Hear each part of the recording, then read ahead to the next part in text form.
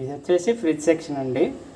ఇది మీకు 24 అనేది హ్యూమిడిటీ, ఇక్కడ ఫ్రిడ్జ్లో ఉన్నటువంటి హ్యూమిడిటీ 24 ఉందని చూపిస్తుంది. జస్ట్ ఇలా ప్రెస్ చేస్తే 1 వచ్చేసి హై అండి, 7 వచ్చేసి లో. మనకు సమ్మర్లో కానీ వింటర్లో కానీ రైనీలో ఎలా పెట్టుకోవాలో చూపిస్తాం.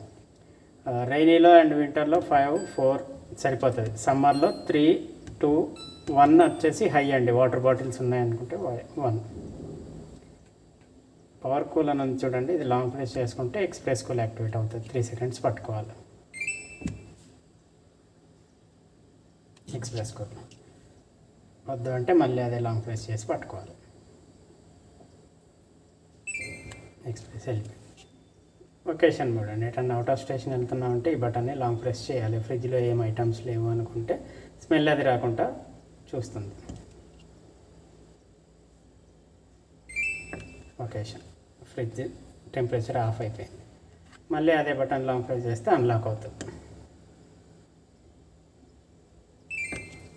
ఫ్రీజర్ అండి, ఇది హ్యూమిడిటీ అండి. సేమ్ ఫ్రీజర్లో ఇంత ఉంది ప్రజెంట్.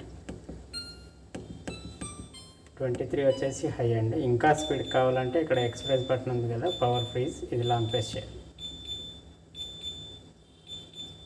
ఎక్స్ప్రెస్ కూల్ అంత ఎక్స్ప్రెస్ కూల్ అక్కర్లేదంటే మళ్ళీ లాంగ్ ప్రెస్ చేయండి. ఎక్స్ప్రెస్ కూల్ అనేది డియాక్టివేట్ అవుతుంది. 15 వచ్చేసి లో, 19 మీడియం. మీ ఐటమ్ని బట్టి సెట్ చేసుకోండి.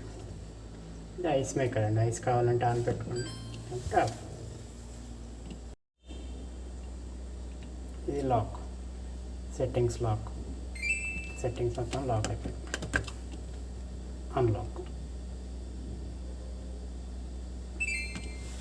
ఈ ట్యాంక్లో minimum 2.5 litres, maximum 4.5 litre water fill చేసుకోవాలండి. క్రష్డ్ ఐస్ కావాలంటే ఈ బటన్ ప్రెస్ చేయండి, ఇక్కడ లైట్ వస్తుంది. క్యూబ్డ్ ఐస్ కావాలంటే ఇది ప్రెస్ చేయండి, సేమ్. ఇది వాటర్ రావాలంటే ఇక్కడ ప్రెస్ చేయండి. ఏవి పని చేయకూడదు అనుకుంటే ఇది లాంగ్ ప్రెస్ చేయండి, లాక్ అయిపోతుంది. గ్లాస్ పెట్టినప్పుడు ఇక్కడ దీన్ని కొంచెం ప్రెస్ చేయాలి.